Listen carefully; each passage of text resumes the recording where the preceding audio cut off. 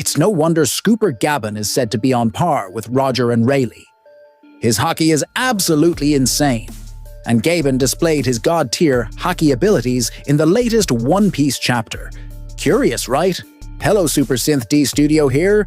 One Piece 1145 is titled Fire in the Second Forest District on Branch Route 8, a fairly long title referencing the location of the fire caused by Loki's rampage.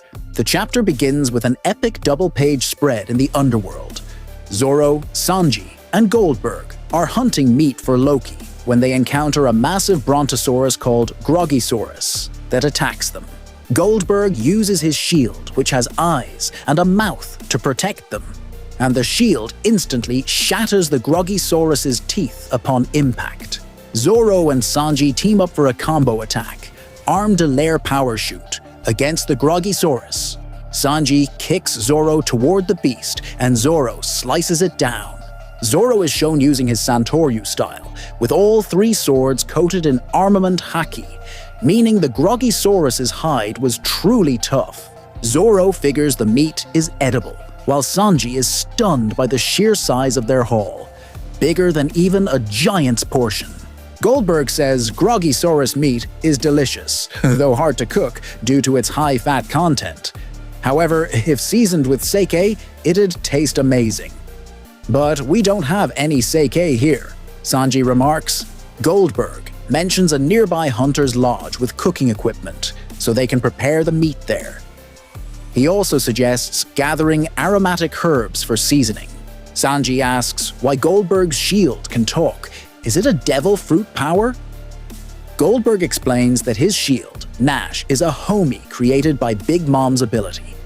His father had fought and defeated her in the past. Yep, this chapter doesn't specify when the Giants defeated Big Mom, who Goldberg's father is, or whether Big Mom tried and failed to conquer Elbaph. No wonder Big Mom once said that allying with the Giants would let her easily crush the other emperors. Eventually, Zoro, Sanji, and Goldberg carry their hunt back to the lodge. Zoro continues the conversation about Big Mom, asking if Nash is like Zeus. Goldberg is shocked. Does Zoro mean the Zeus, Big Mom's top homie commander? Zoro confirms, adding that Zeus now serves Nami. Goldberg yells in surprise at this revelation. They return to Loki, who explains that Holy Knights attacked him. People from the world government, so they're the ones who did this to you? Says Hadrudin. Exactly, Loki replies. Hadrudin asks if Loki holds a grudge against them, given his rampage outside Elbaph. Loki scoffs. Don't be stupid. If I wanted to face them, I'd be the king of the world by now. Meanwhile, Luffy wonders who these world government knights really are. Goldberg's group arrives with a massive haul of meat. Luffy is stunned by its size, and Hadrudin explains it's nutrient-rich Groggysaurus meat. Zoro boasts that he was the one who took it down. Sanji, annoyed, mutters, "Oh yeah, what a sight! I thought it was a flying broccoli that did it." Goldberg asks his crew if they prepared firewood, and soon they start cooking the meat. Luffy begins eating the Groggysaurus meat, but Sanji reminds him it's for Loki. So Luffy tries forcing Loki to eat. "Loki, eat!" Luffy yells. "It's too hot!" Loki screams back. Gerd warns, "Luffy, his wounds will reopen if you do that." Loki, furious, shouts, "Are you trying to kill me?" Luffy just grins. "Oh, you're lively now. If you don't eat, you won't recover." Seeing Loki struggle to swallow, Luffy brings a boiling pot of soup, only to dump it all over him. Loki yells at Luffy to stay away, while Gerd secretly gives Luffy a thumbs up, since she hates Loki. Sanji is surprised Gerd also dislikes Loki and wonders what Loki did to earn the Giants' hatred. Zoro points out that even Loki's promise to Luffy was a lie. Hearing this, Loki deflects, saying they haven't removed all his shackles yet, so he won't reveal Shanks' location. Though internally, Loki admits he doesn't even know where Shanks is. Loki taunts, "Didn't expect you to be so eager to see that red hair again. Well, I get it. Admiration for a pirate you met as a kid." Luffy replies, Sounds like you had someone like that too. Yeah, I did. And I regret being such a brat back then. Loki snaps. A brief flashback shows young Loki talking to a mysterious pirate, only a silhouette and one eye visible. But it's clearly Rox D. Zbec. Loki pleads, "Take me with you." "I won't repeat myself. I didn't come here to deal with brats like you," Zbec roars.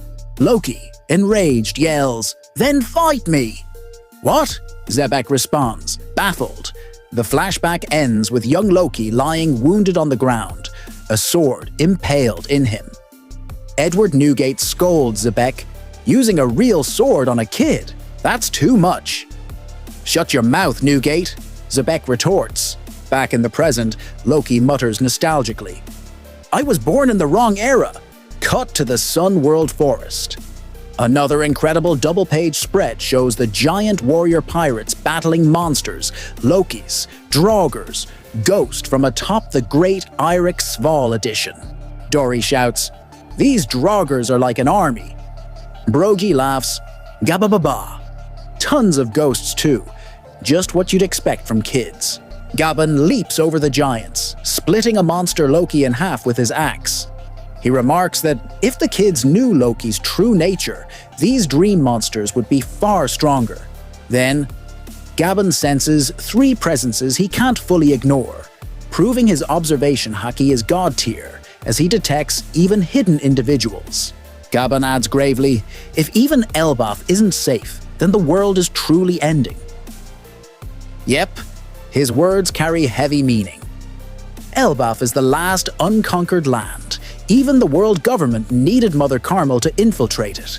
Gaban's been to Laugh Tale. Did its message say that if Elbaph falls, the world will be doomed? That would mean Nika has returned, and the final One Piece war is near.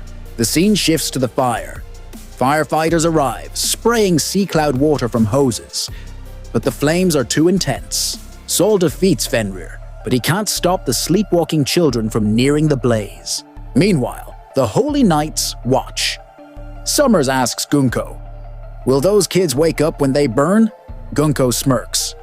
They'll wake up from the heat, screaming for their parents in agony, until only charred bones remain. How touching, Summers laughs. The firefighters struggle, but fate seems against them. The fire rages, and the children inch closer. Until Jinbe emerges from the Sea Cloud River, using a new attack, Cloud Current Shoulder Throw, to extinguish the flames. Everyone cheers in relief. The giants announce, the fire on Branch Route 8, 2nd Forest District, is under control. The children are safe, still sleepwalking, but alive. The giant pirates cheer, thanking the firefighters. At Walrus School, Robin and Chopper realize Jinbe saved them.